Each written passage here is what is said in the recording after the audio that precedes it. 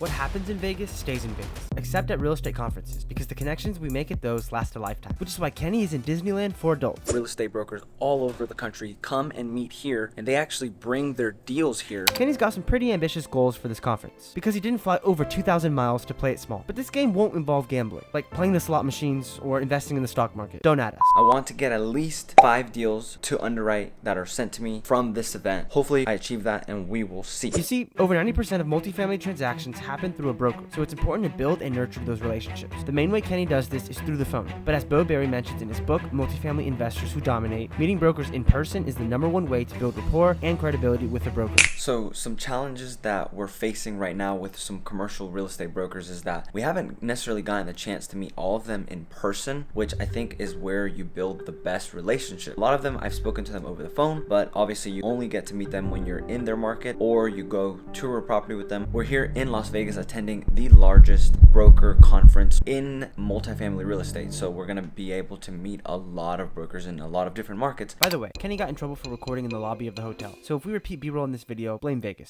If, for example, I'm a broker and I have a deal that the seller doesn't want to take to market necessarily because they're in financial trouble or whatever the case may be, they are going to seek out buyers to send that deal to, that if it fits their criteria, they're going to send it to them to see if they can make a deal happen. Now it's time for the game plan. Kenny has some tricks up his sleeve to make the most of this event. For those of you who've never been to a real estate conference, it's probably exactly what you might expect. A bunch of people in suits talking about real estate. They tend to be of the older demographic, no shade, so Kenny might stick out. The way I plan on navigating this event is, one, going to each broker.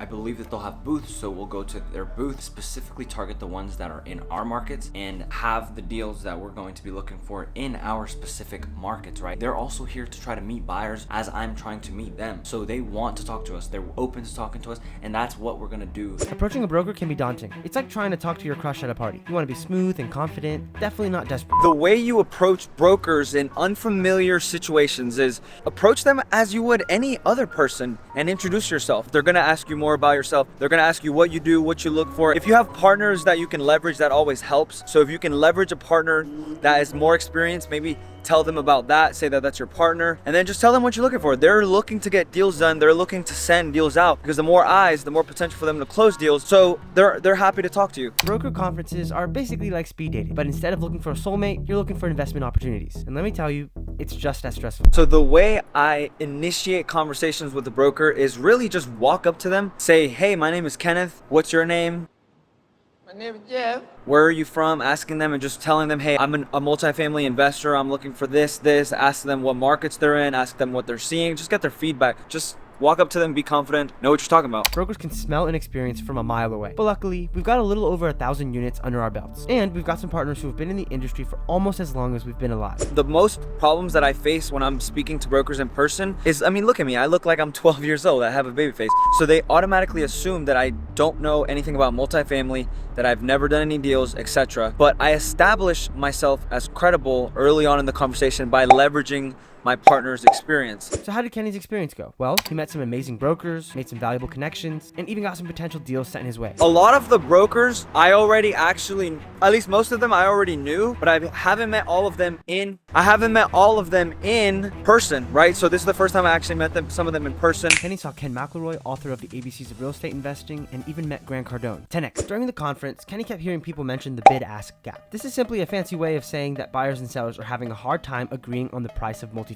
properties. Many sellers are holding out for higher prices, while buyers are hesitant to invest in uncertain times. This can mean some great deals for buyers who are patient and savvy, but this also means that the market overall is at a standstill. Seems like everyone's kind of on the same boat where deals are being shopped, sellers are still asking too much, buyers can't pay what sellers are asking, so there's still a disconnect. It seems like that's kind of what the conclusion on what I've heard here at the event with over 8,000 people attending. So heard from many people saying the same thing. The action steps that I'm going to be taking to continue improving my relationships with commercial brokers is honestly just staying on top of them, calling them every other week, maybe sending them a few emails, trying to continue staying on top of mind, because if you're on top of mind, they'll send you deals as they come. If you're not on top of mind, they won't send it to you. But after all was said and done, there was only one question that mattered. Did Kenny find 5 deals to underwrite? At this event, I was able to get information on 3 deals that are going to be sent to me. I said 5 deals is what I was going to be looking for, so I did not meet my goals, unfortunately. There was one deal in Georgia. We've actually, as a group, bought properties in that specific area already. There's one in North Carolina that we're also going to be sent. Obviously, we like North Carolina as a market, very strong fundamentals. And then the last one was also in North Carolina. I'm excited to take a look at these deals, see if they pencil. Kenny will stop at nothing till he's met every broker in our market. So if you're a broker, don't be surprised if you hear